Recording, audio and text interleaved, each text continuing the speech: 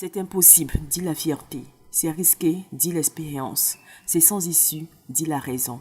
Essayons, murmure le cœur. Il a écouté, il a essayé. Son parcours a certes été parsemé d'embûches, mais n'a pas baissé les bras. Parti au bas de l'échelle, il a gravi pas à pas les échelons. Il a poursuivi ses rêves, bec et ongle, et aujourd'hui, c'est ici, au rang des conquérants.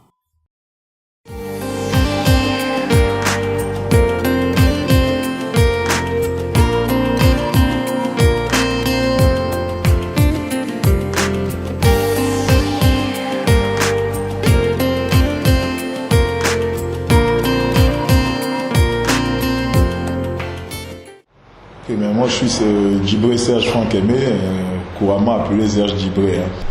Je suis, on va dire, un ingénieur en système électronique embarqué, ce qu'on appelle classiquement automatisme. J'ai aussi qualité d'inventeur parce que j'ai beaucoup d'idées sur lesquelles je me suis engagé, donc j'ai déposé les brevets, donc j'ai aussi qualité d'inventeur. Je fais mon école primaire à l'école Saint-Paul du Plateau, par la suite Notre-Dame d'Afrique.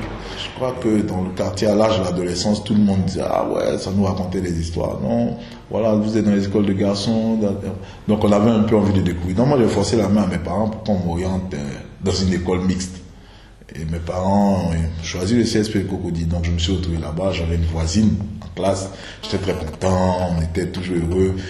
Alors vraiment, le petit studio de Notre-Dame d'Afrique a basculé, Donc la seconde, c'était limite, j'ai pu passer avec un 10 ou un 11 de moyenne en première, mais en première, non, là c'était plus la peine, il n'y avait même plus de cours de nuit. J'ai découvert les boîtes de nuit.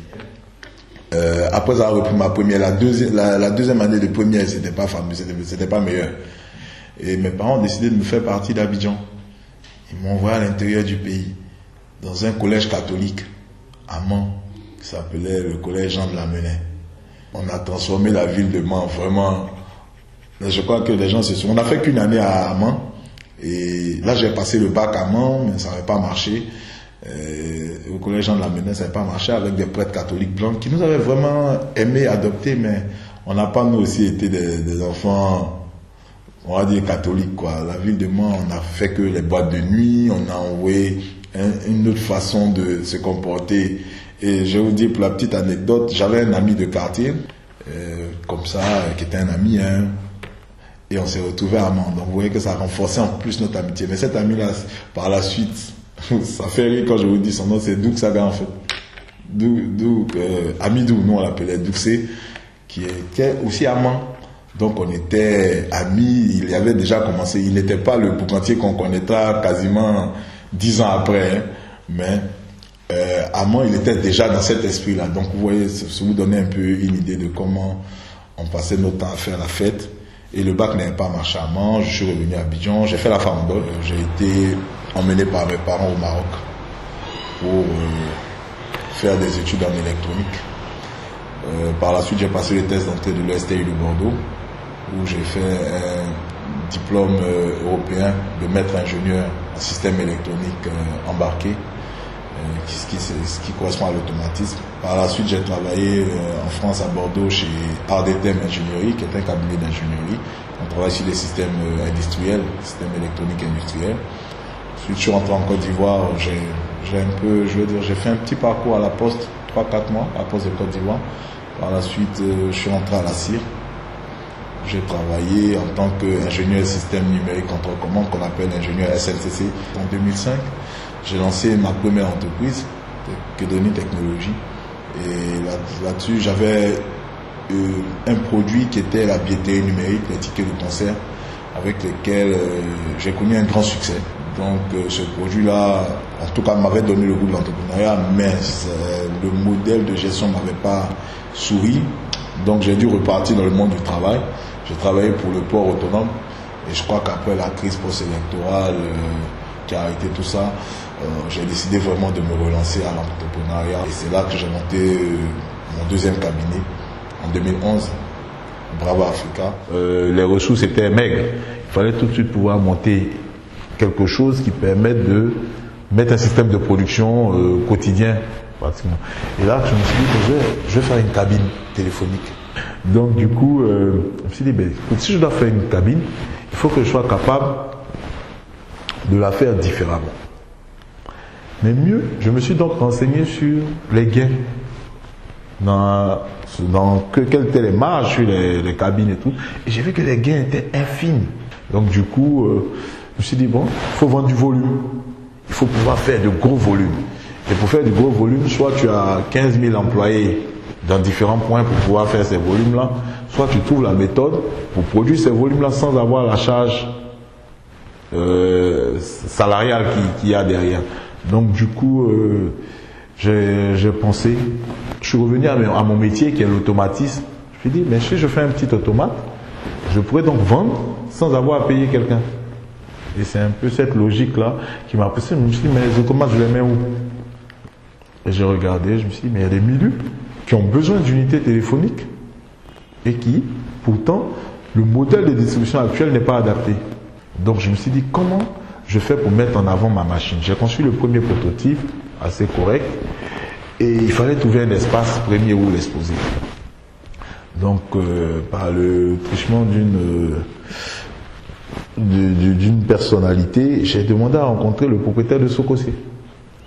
Donc il m'a dit, bon écoute, voilà son contact, essaie de voir. J'ai appelé le patron de Sococé. Il m'a dit de passer le voir. Je suis passé le voir. Je lui ai dit, bon, écoute, il m'a dit, qu'est-ce que vous attendez de moi? Je lui ai dit, bon, moi j'ai une machine et je veux pouvoir l'exposer dans votre hall. Et il m'a dit, c'est tout ce que vous voulez? Je lui ai dit, oui, c'est tout ce que je veux. Il m'a dit, bon, on se retrouve à Sococé à 17h. Vous allez choisir l'emplacement. Donc on s'est retrouvé à Sococé à 17h. Il m'a demandé où est-ce que tu veux la mettre. Je lui ai dit là, côté du G12. On a été remarqué, on a vu le concours ICI. On a participé. À l'époque, Brava Santé, une petite entité, une petite entreprise unipersonnelle là. Et on a participé au concours. ICI, on a été lauréat. Et là, on a eu des investisseurs avec lesquels on a pu reproduire la machine en plusieurs exemplaires. On a couvert plusieurs points au jour d'aujourd'hui. Nous sommes même à l'extérieur de la Côte d'Ivoire aussi. La machine pour nous, pour le cabinet d'ingénierie, c'était un automate qui devrait seulement montrer notre savoir-faire technologique. Donc l'automate permet effectivement de disposer d'unités 24 heures sur 24. Je l'ai dit, si vous êtes à la PISA, vous voulez des unités et qu'il est 23 heures, convenez qu'avec moi que vous trouverez personne, aucun petit cabinet ça là. Donc du coup vous avez cet automate là sur lequel vous venez, il est multi-opérateur. Ouais, je peux faire 1000 francs sur le 07, je dis n'importe quoi, aucun numéro en fait. Ok. Voilà, je peux faire ça. Je fais plusieurs numéros à la fois.